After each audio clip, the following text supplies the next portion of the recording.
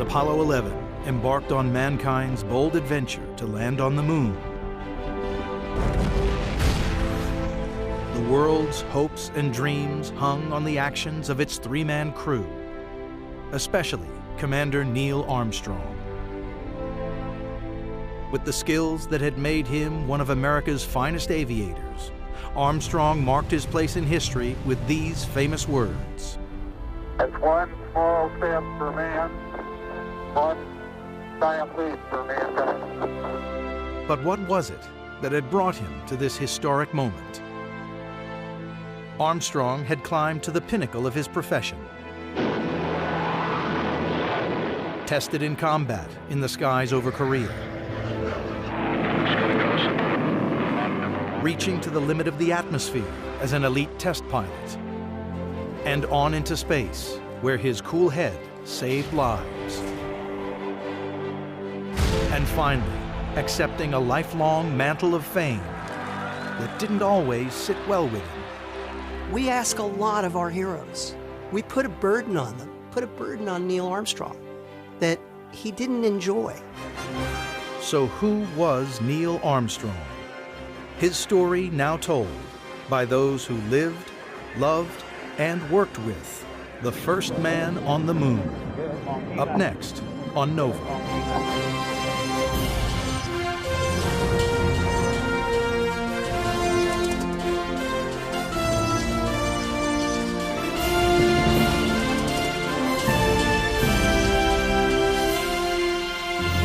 Major funding for NOVA is provided by the following.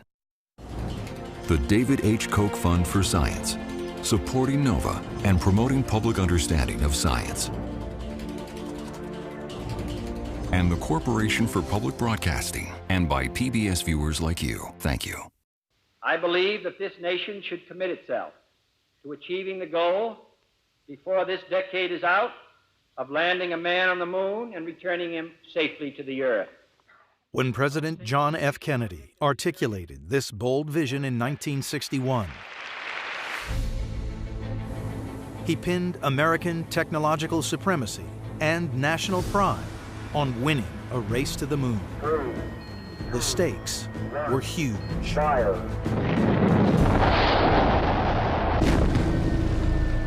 It staggers the imagination, frankly, and there were plenty of people, even within NASA, who thought that Kennedy had lost his sanity.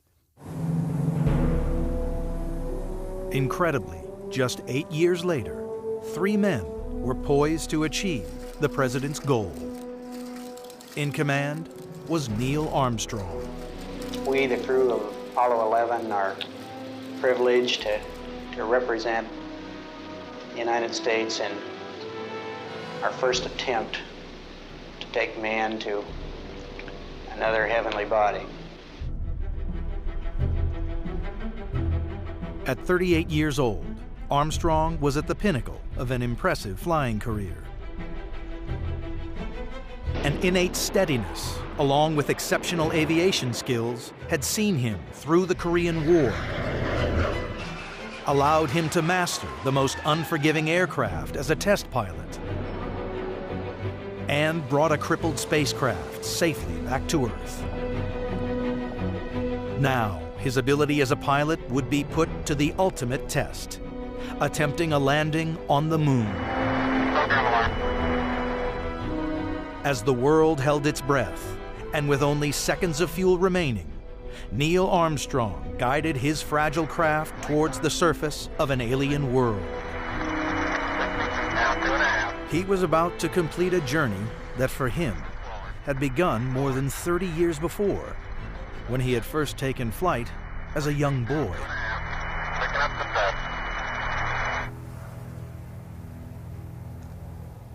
Born here in Wapakoneta, Ohio on August 5, 1930, Neil Armstrong's love affair with flying began early, as his childhood friend recalls. When he was like 5 years old, his father took him on an airplane ride on a tri-motor. Dad got sick, but Neil just absolutely loved it. The mid-1930s was a golden age of flight in America. And like many other young children, Neil's first taste of being airborne left a lasting impression. This was the start and the feeling of being airborne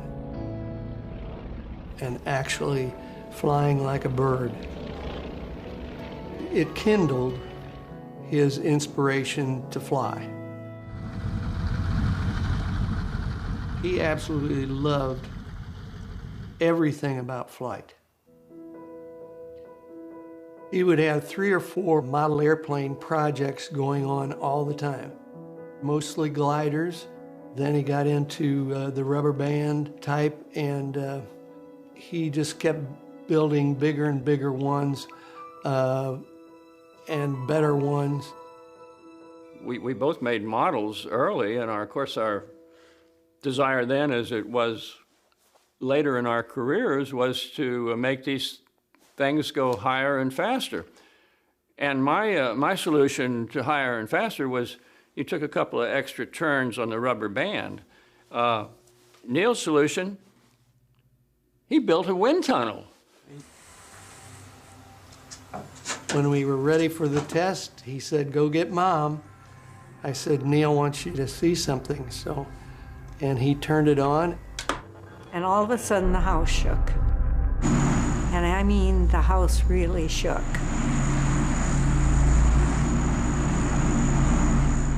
How many kids could build a wind tunnel in their basement? Not any that I know, except Neil.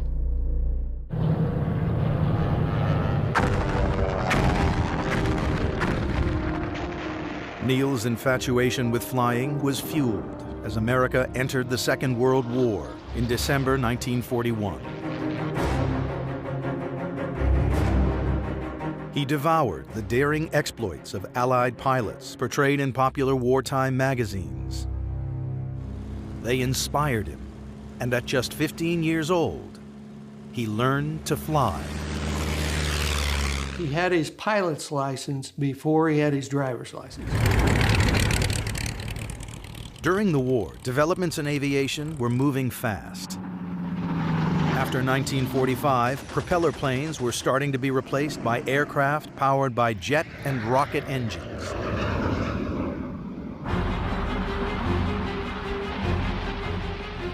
Then came an event that shook the aviation world. Chuck Yeager breaking the speed of sound in his Bell X-1 rocket plane in 1947 coincided with an ominous turn in East-West relations.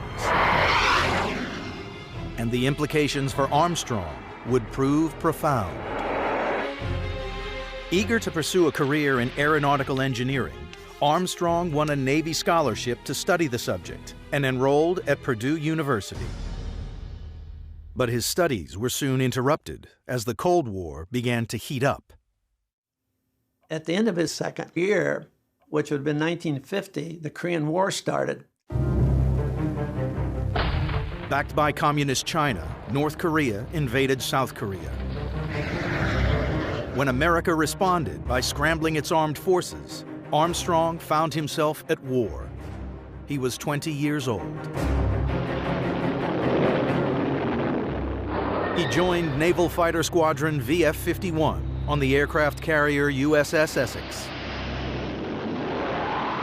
There was a lot to learn, and fast, as he recalls in this audio interview. We had to become carrier qualified in the jet aircraft, doing a lot of practice with weapons delivery, instrument flying, and so on. I was very young, very green. But Armstrong quickly mastered carrier flying, one of aviation's most challenging jobs, and was soon showing his skill in combat. One of his jobs was to dive bomb and blow up bridges and railroads. And he said that the North Koreans strung up wires. For low-flying pilots, anti-aircraft cables were an ever-present danger. They were hard to spot, even for the sharp-eyed Armstrong. I actually ran through a cable, an anti-aircraft cable. knocked off about 6 or 8 feet of my right wing. Battling to keep control, Armstrong needed to think fast and react quickly. As long as he could keep a certain speed, he could stay up, but as soon as it slowed down, the plane would drop. And so he knew that he could not land on the aircraft carrier. He'd have to bail out. This close shave revealed Armstrong's uncanny ability to always remain calm under pressure. He never showed any fear or anything involving his close calls. He really loved what he was doing. It was a very meaningful time for him. The Korean War sharpened the skills of many young pilots, including Armstrong. He'd flown 78 missions by the age of 22. He returned to Purdue in 1952, where he received his degree and found a wife. Well, I met him at Purdue.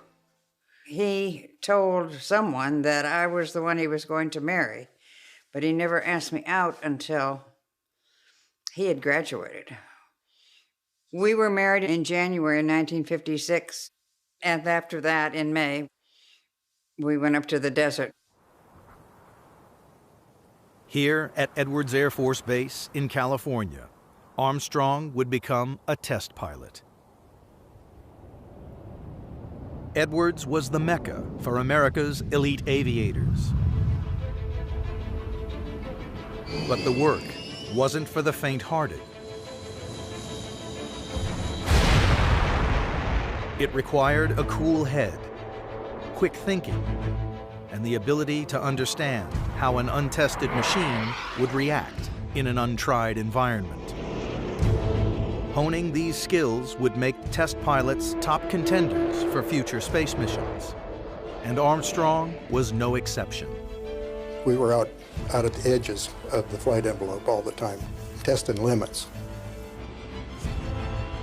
If memory serves, there were 17 aircraft, pretty much all different. A lot of ex-airplanes and fighters, and a B-47 and a couple of B-29s, and all kinds of exotic aircraft.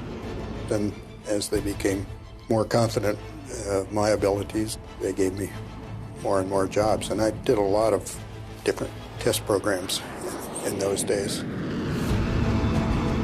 The kinds of flying that he did at Edwards really put him in the elite top of the test flying fraternity. But one machine at Edwards pushed Armstrong higher and faster than any other.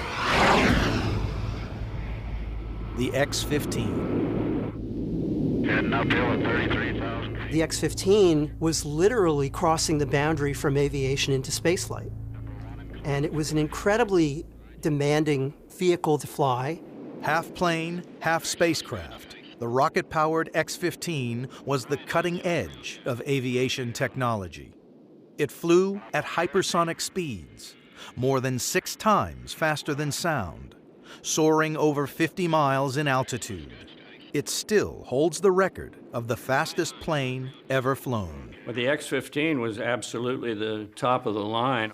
It was a whole supersonic zone above the rest of us, and therefore all the people who flew the X-15 were held in the highest regard by the rest of us peasants. And Neil, of course, was one of that group. That was a very exciting program, challenging goals. I think it was certainly one of the memorable parts of my life. One flight almost got the better of it.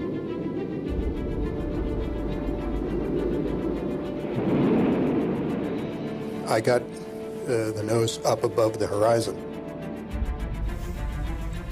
and I found I was actually, skipping outside the atmosphere. I had no aerodynamic controls. Soaring out of the atmosphere at almost a mile a second, Armstrong was unable to keep control. What I couldn't do is get back down in the atmosphere. I pulled over and pulled down, but it wasn't going down because there was no air to bite into. So I just had to wait until I got back in with enough air to have aerodynamic control and some lift on the wings, and immediately started making a turn back. He's the essence of the engineering test pilot, and what that carries with it is an intensity, a focus like you can't imagine.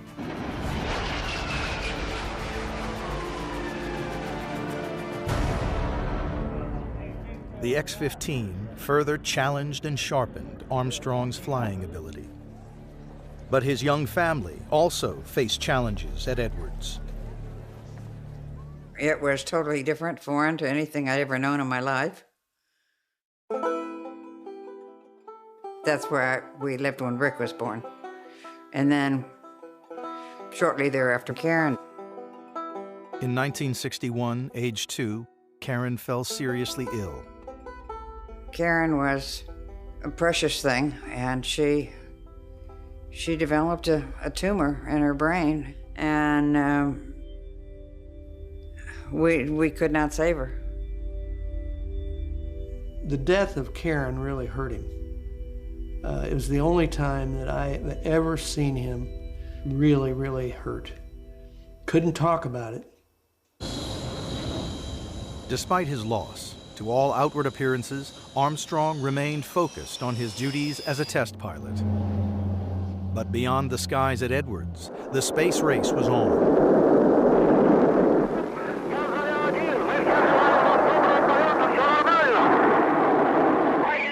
Opening up an entirely new set of opportunities. All right, lift off and the clock has started. America's manned space program began with Project Mercury in 1961. 6 short flights, each carrying a single astronaut.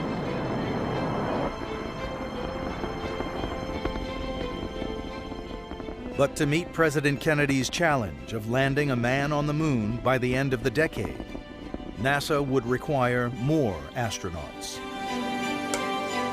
When NASA was looking, Neil Armstrong was at the top of their list because he'd had all of that flight test experience at Edwards, and that just made him incredibly attractive to the astronaut selection group. Curiously, the Milwaukee Journal gave me a call, and they said, "I understand your brother is one of the newest astronauts." I think I was speechless. Along with Janet, Rick, and a new son, Mark, Neil began a new life in Houston, the home of America's manned space program. It was a nice house. It had we had a pool.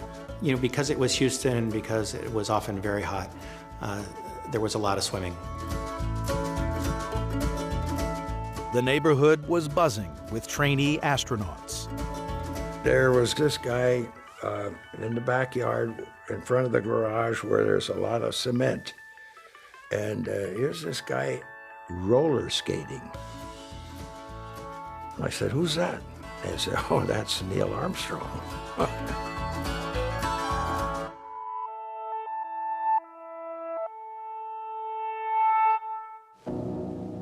By 1964, NASA's blueprint to reach the moon was taking shape, as this animated film of the time shows. It was called Project Apollo. The plan went like this.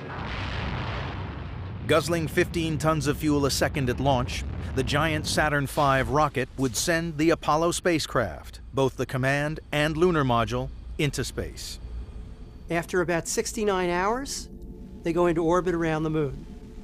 Once there, the spacecraft undock, the command module remains in orbit, while the lunar module attempts the landing. After exploring the surface, the 2 astronauts rejoin their companion in lunar orbit. Finally, they leave lunar orbit and make the trip back to Earth, and the mission ends with the command module re-entering the Earth's atmosphere and splashing down in the Pacific. It looked great on paper, but could it work? Finding out was the task of Project Gemini. The demands of a lunar mission were so great. You had to learn how to rendezvous in space. You had to keep people happy and healthy for up to 2 weeks in space. They had to be able to work in the vacuum of space, in a spacesuit, a pressurized suit.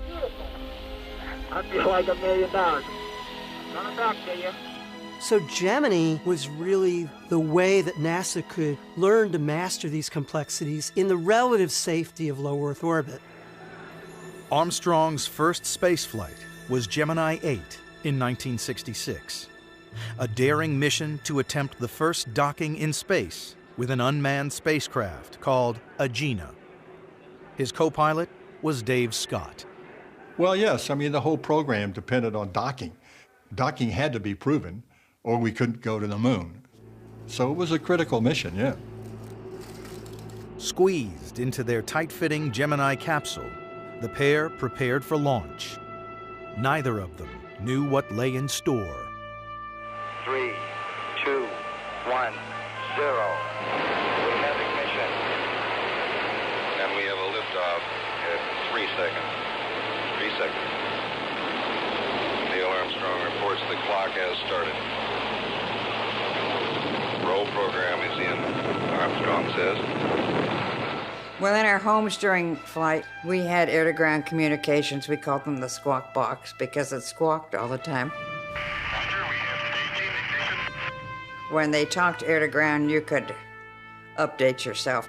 They started out just great. Okay, we've got a visual on the Agena at 76 miles. Roger, understand. Visual, Agena 76 miles. Their docking target, the Agena rocket, had been launched earlier that day. Man, that's great. Man, it is really slick.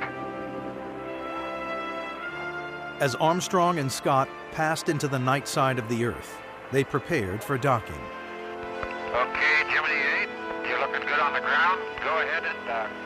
Neil eased it forward, and we moved right in. With flight, we are docked. But within half an hour, Scott realized there was something wrong. You're supposed to fly straight and level like an airplane, but all of a sudden I noticed that we were tilted. They didn't know it, but a small maneuvering thruster on their Gemini spacecraft had become stuck and was firing. We first suspected that the Agena was the culprit. We were on the dark side of the Earth, so we really didn't have any outside reference. Out of contact with the ground, the astronauts struggled to regain control. So I said, Neil, we better get off. He said, yeah, we better get off. Let's prepare to undock.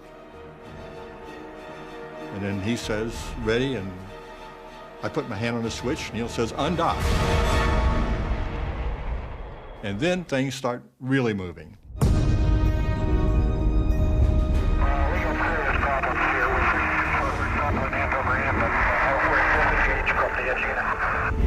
Then we go into a very rapid roll, which was almost a tumble. And at that point, we realized that it wasn't the Agena, it must be the Gemini.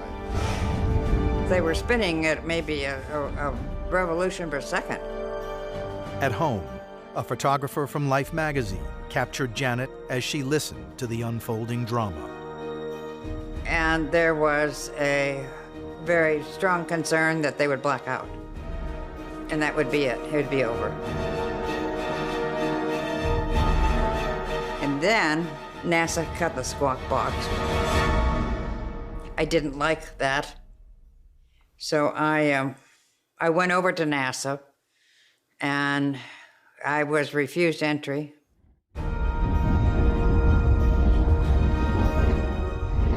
Back in orbit, Armstrong kept his cool, figuring out his only remaining option: disengage all the maneuvering thrusters, including the one that was stuck, and use the re-entry thrusters to counteract the tumbling and regain control of the spacecraft. He had to reach up above his head and throw switches under this high-speed roll. That's amazing that he was able to do that, and he knew exactly where the switches were, exactly which ones to throw. Okay, we're regaining control of the spacecraft slowly. Roger, copy. I mean, the guy was brilliant. He knew the system so well that he found a solution. He activated the solution under extreme circumstances. And I got to say, it was my lucky day to be flying with Mr. Neil Armstrong.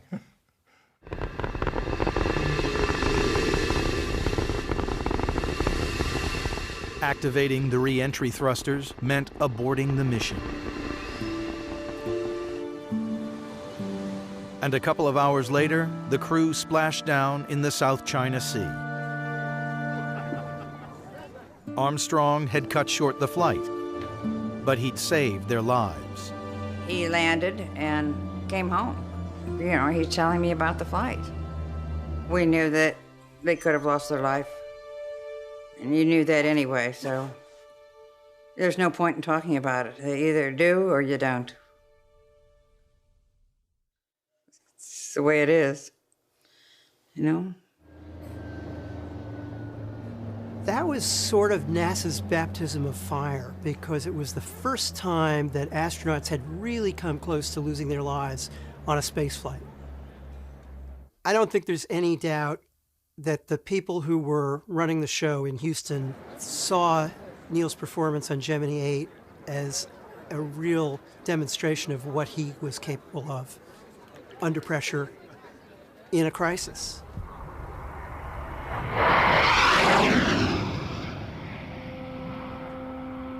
The full risks of the space program hit home less than a year later, in January 1967, when the Apollo 1 spacecraft caught fire on the pad, killing its three-man crew, Gus Grissom, Ed White, and Roger Chaffee. Armstrong found himself burying his friends.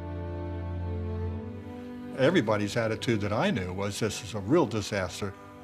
But we go on because we know Gus and Ed and Roger would want us to go on, wouldn't want us to stop.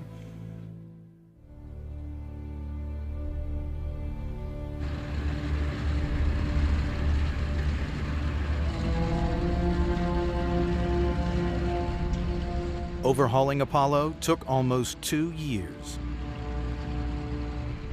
Eager to make up for lost time, NASA launched Apollos 7, 8, 9, and 10 in quick succession. They were designed to rigorously test every aspect of Apollo in Earth and lunar orbit.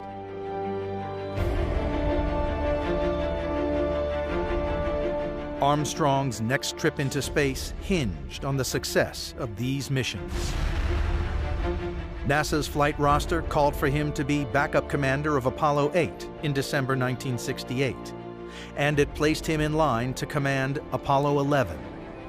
As it turned out, this would be the first mission to attempt a landing on the moon. Nobody thought that all those preliminary flights would go as perfectly as they did. And nobody would have predicted that you would arrive at July 1969 and Apollo 11 would actually be the first attempt to land on the moon.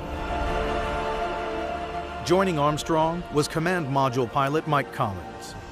Lunar Module pilot Buzz Aldrin would attempt the landing with Neil.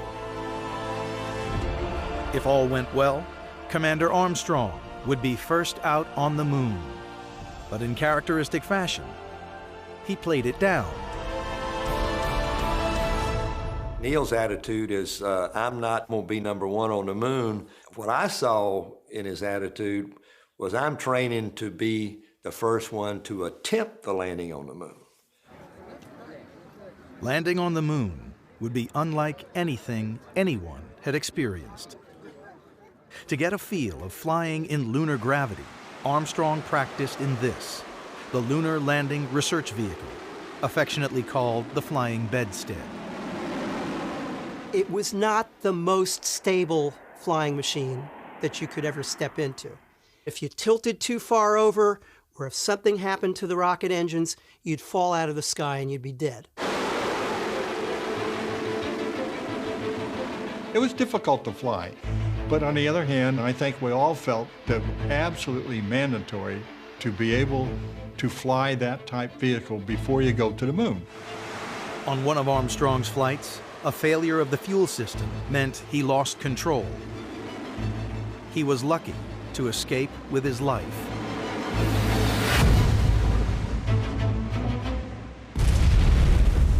but he brushed it off as if nothing had happened.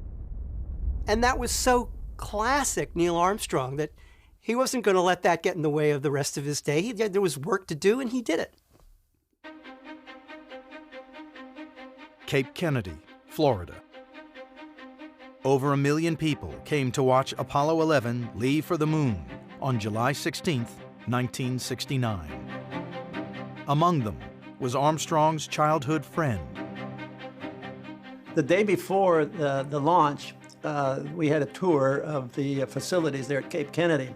And we stood in front of the rocket while my wife took our picture, and we shook our hands, and we said, congratulations that we finally got Neil on a good job at last. And then we gave him a salute.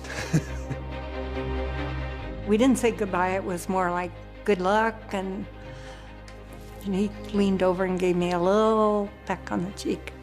Just a little bitty kiss, and then he turned around and was gone. Launch Operations Manager Paul Donnelly wished the crew on the launch team's behalf good luck and Godspeed. Neil Armstrong reported back when he received the good wishes. Thank you very much. We know it will be a good flight. Actually, my wife took the movies. I was taking 35 millimeters shots. Liftoff. We have a liftoff. 32 minutes past the hour. Liftoff on Apollo 11. You feel it. Your body feels it inside. It shakes in a way that nothing else does. Neil Armstrong reporting the roll and pitch. I kept saying, go Neil, go Neil, go Neil, go Neil, go Neil.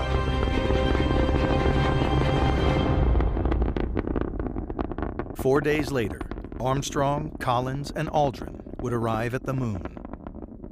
Then, they'd attempt one of the most daring exploits in human history. We're certainly aware that the nation's hopes largely rested on us doing the very best job we could.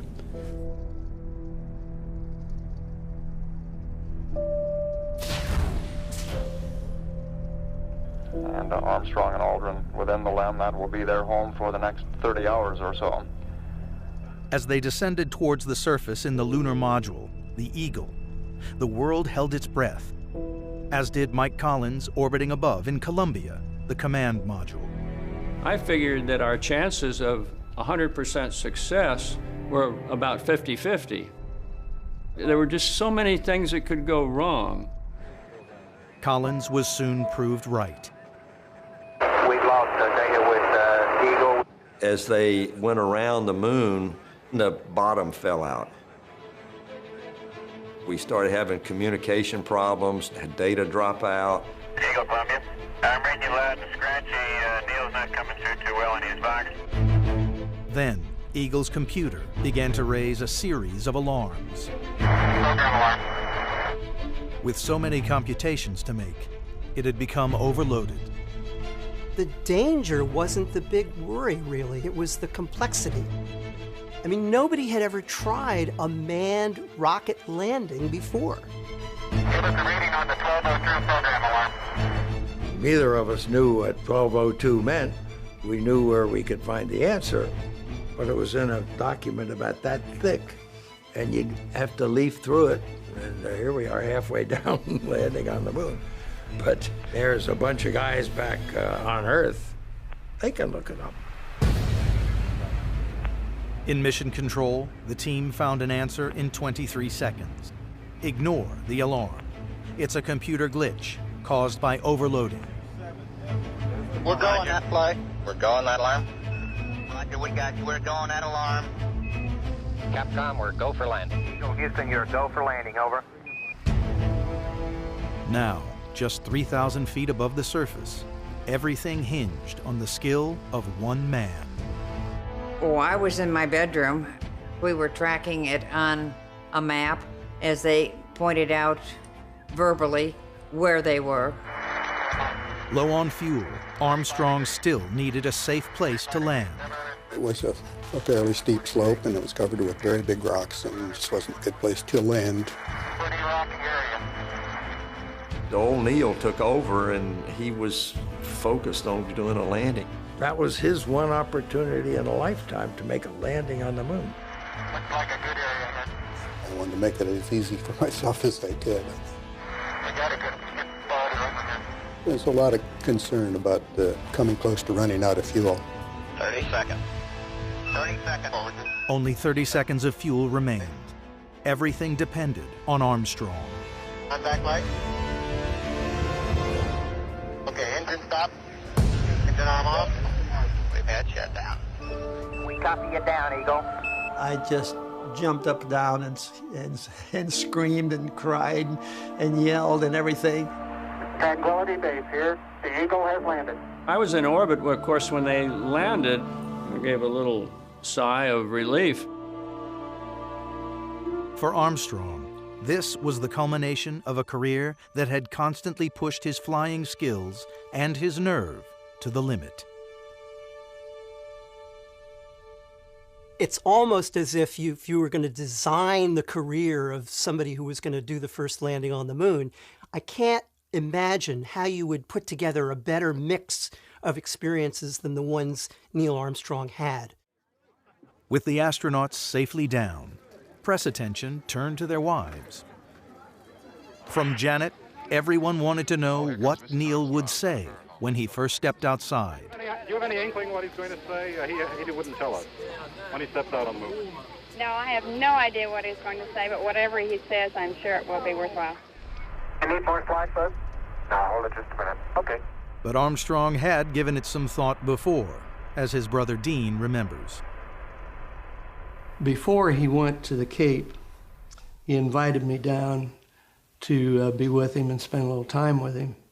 He said, well, why don't you and I, when the boys go to bed, why don't we play a game of Risk? I said, well, I'd enjoy that. We started playing Risk. And then he slipped me a piece of paper and said, read that. And I did. And on that piece of paper, there was, that's one small step for man, one giant leap for mankind. He says, what do you think about that? I said, fabulous. People have had so many different versions of when and how Neil thought up those words. That's one small step for a man. Okay. What he said when he came back from the flight was that he had given some thought to it before the mission, but he didn't decide what to say until he and Buzz were on the surface of the moon in the lunar module before they got suited up to go outside. I'm going to pull it now.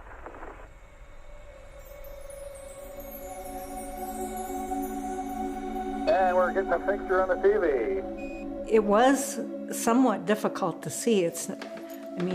We were watching our sets like this because we weren't quite sure if he was coming down the step. Yeah, I'm going to step off the lamb now.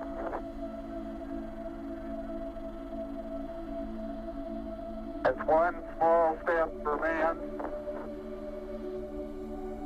one giant leap for mankind. Perfect. It was pure Neil. I was pretty close to him when he said that. There you go. He was really surprising in how he would say just the right thing at the right time. Oh, it's overjoy, unbelievable. I've never had such great feelings in my life. Isn't that something? Magnificent sight out here. Magnificent desolation. Finally, it began to sink in with me. That really is another planet. Here, the EVA is progressing beautifully. I believe they're setting up the flag now. After years of preparation, the first two human beings on the moon simply marveled at what they were seeing. Oh, that looks beautiful from here, Neil. It has a stark beauty all its own. It's like much of the high desert of United States. It's different, but it's very pretty out here. 2.5 hours later, the pair had climbed back inside the Eagle. We'd like to say from all of us in all the countries and in the entire world, we think that you've done a magnificent job up there today. Thank you. Couldn't enjoy it as much as we did. He got me there. He got me back safe. And I made a couple of mistakes. Fortunately, they were not that crucial. And I'm not going to tell you about them.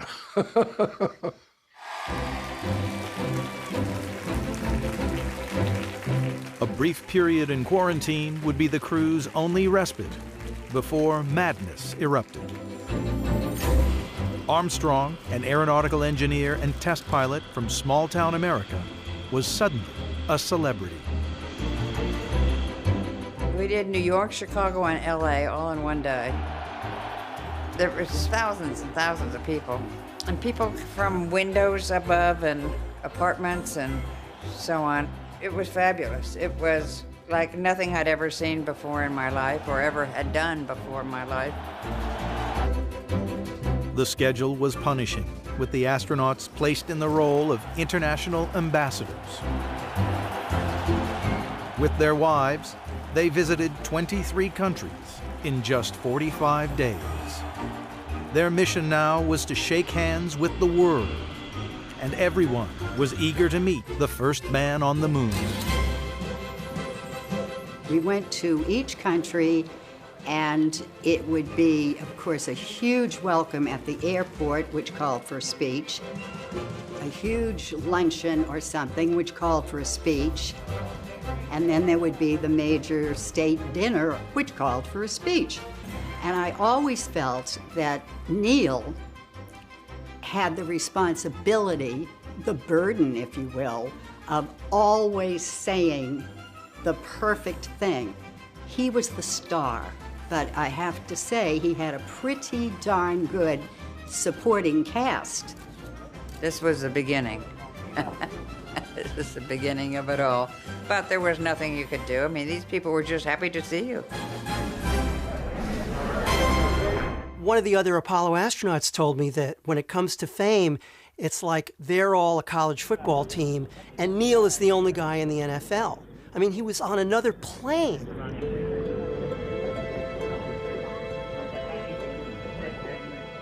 People wanted a piece of him.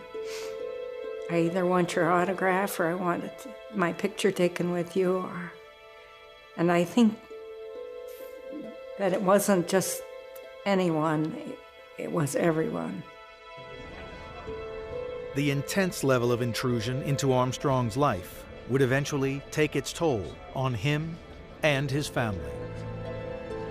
To be out to dinner and sort of minding your own business and to have people coming, looking at you going, I think that's who that is, and coming over and may I have your autograph, please, after a while. Even if they do it in the nicest possible way, which many of them did, but still, it just wears you out after a while. And he really didn't know what he wanted to do. Also, that was a problem. What am I going to do now? In 1971, Armstrong resigned from NASA.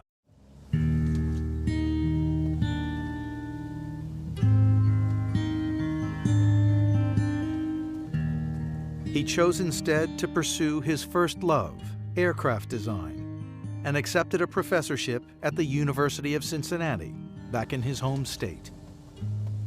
Well, we were looking for a place to live, and he wanted to live out in the country. I guess he wanted to escape people. He wanted privacy. The Armstrongs bought this secluded farm in Ohio. It was a radical change of lifestyle, and not just for Neil. I'm not sure that Mom really wanted the farm life, but she did very well, and she was a trooper. Janet found herself managing the farm, as Neil concentrated on teaching. But escaping his fame was never going to be easy. Whenever Neil Armstrong came onto the campus, there were a number of rather interesting reactions. Well, the first day was rather chaotic. As class was letting out, the media was massed outside the classroom, and he did in fact push the students out of the classroom and then quickly closed the door with himself inside the classroom. Eventually, behind the closed doors of academia, Armstrong found refuge from the constant public spotlight. I began to think of him as simply Neil, not as Neil Armstrong, first man on the moon. I just thought of him as Neil. But outside the university, the burden of celebrity still sat uncomfortably with him. He was given the credit, and he didn't think he deserved it all. Armstrong eventually opted to ration interview requests, creating the mistaken impression that he was a recluse. He just didn't feel the need to notify the media about what he was doing, you know. So a media recluse maybe, but that's a completely different thing. In 1979, Armstrong left the university, becoming involved as a business spokesman and serving on many corporate and philanthropic boards. He was doing so many different things with his time, but they were the things that he chose to do. And that didn't include living out his life in front of a television camera. Challenger, go with throttle up. Challenger, go with throttle up.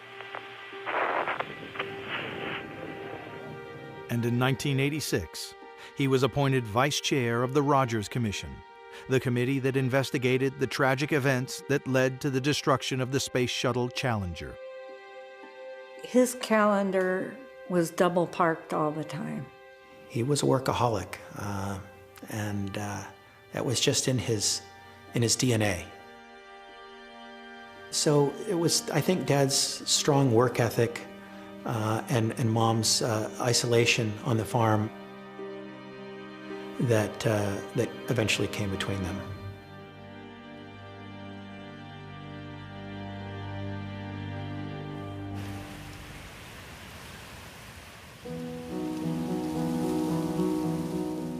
Janet and Neil separated in 1990, divorcing 4 years later. I just think it sort of opened his eyes a little bit and made him aware that he didn't have to work all the time. And that was very good for him. It put him in a great position to meet other people. All the men have certainly, as we say quietly, mellowed so that they're more relaxed, they're more ready to just spend time doing something just for fun. Dr. Neil Armstrong, ladies and gentlemen.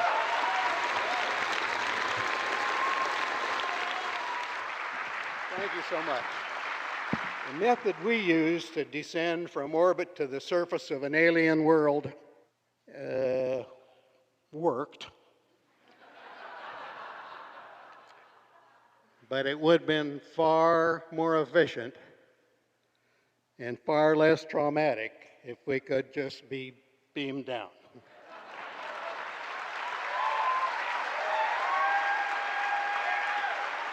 But Armstrong was far less sanguine about the direction the real space program was taking, and testified before Congress in 2010. If the leadership we have acquired through our investment is simply allowed to fade away, other nations will surely step in where we have faltered.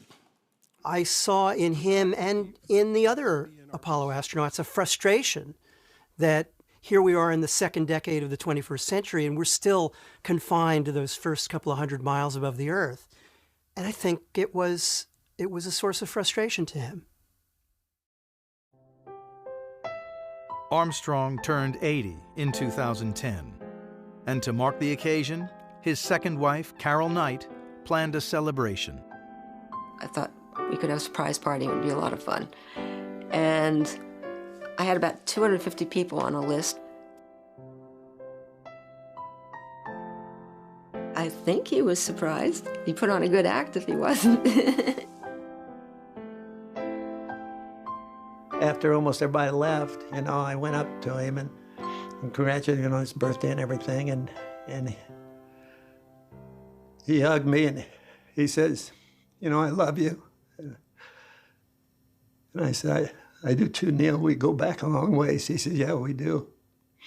That was the last time.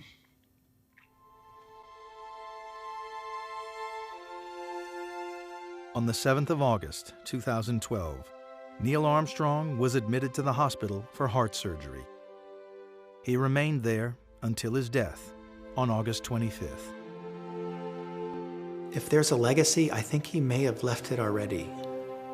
He very much wanted the exploration of space to be an accomplishment that was important for this planet and everyone on it. His inspiration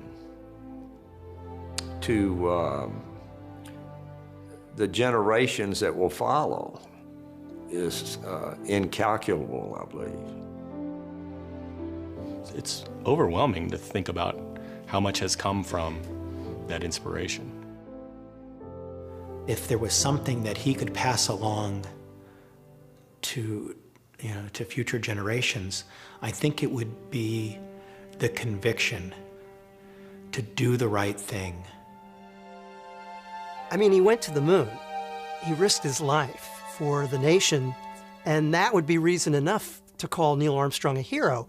But for me, the thing that really stands out is how he handled this role that fate gave him of being a world icon. One thing, he was true to himself. He was the man that you saw. That was him.